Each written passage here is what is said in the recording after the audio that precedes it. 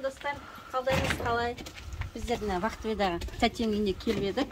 Неде деген андай ешкілері бар екен, соны қарап кетейін деп келдім қазір. Ешкілер дейсің.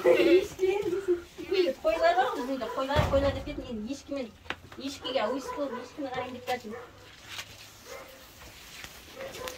Ешкілеріміз түрлері қызық екен, бірін ешкі көрмеген. Мына аты не дедің? Заменский. Бұл не, жасы кішкентай ма? Қандай құттай ма? Сонда? Үш туған. Түрі қызық екен, андай не? Мүйіз жоқ. Не деді? Мүйіз жоқ. Мүйіз жоқ. Туатыны осы да? Беріп тұрған, сүт беріп тұрған да? Ана кіналар құттай ма? Ана теке ғой. Теке. Шыбыш. Шыбыш деген құттай ғой да? Теке деген? Теке деген еркегі ғой. Теке деген еркегі ма осылардың? Қандай сүт береді? Енді почти 2 литрге жақын береді. Қош, бір сауғанда? Жоқ, таңертең бір сауға, кешке бір сауға. Таңертең 1 литр, кешке 1 литр ма? Иә, 900-ден сондайдан. В общем, күніне 2 литрдей сүт та. Енді сүт, ешкінің сүті пайдалы ғой енді. Осындай бізде баққым келіп жүр, енді менде берсі қойларым болса, қойлар да бағып жатыр ғой, ешкімде қасына алып. Бұны қайдан алдыңдар? Жолы алдық. Ет жолы қолдан да? Қанша тұрады? Короче, 100-ден жоғары ғой. 150-ден бар, 200-ден әртүрлі несіне қарайды. Мынандай сүт беретіндері 100-дің үстінде де. 150. Бұлар тиіспей ма ана адамға? Жоқ, ешқайсысы. Бір андай қатты тиісетін нелер болатын еді ғой, ешкілер. Жуас өз сондай адамға жақын. Сосын сауғанда да спокойно сауа беруге болады да, тиіспейді. Жемін бересің өз сауғанда. Ешкі алу керек болды. Ажеге шығып маңырай береді. Қандай тамақ жейді бұлар? Бұларға дейтін ана кукуруз бар, бидей бар. Қойға беріп жүрген жемдер бар, сондай бере беруге болады ғой да? Кейде не ғой, мынау дейтін андай бап керек болған. Қандай бап? Оны жем таңдай. Мән ал дейді?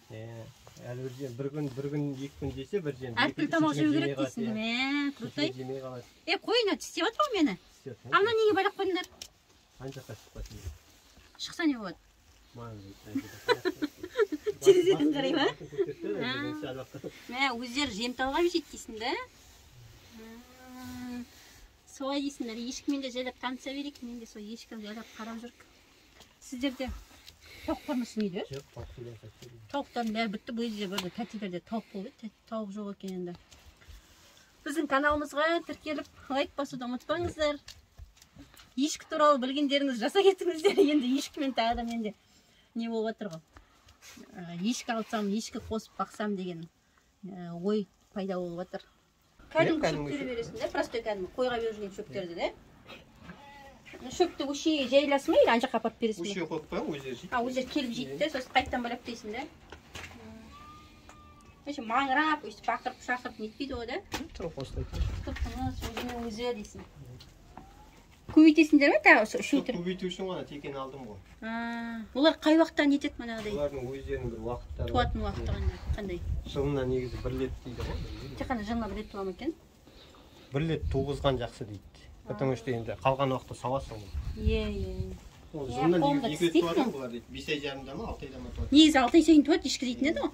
Бұны енді 2 рет не істейтін болсаң, сауа алмай қаласың ғой.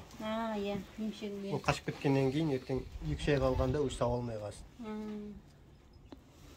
Босқа отқанша астай сауып нетіп отыр дейсің ғой да?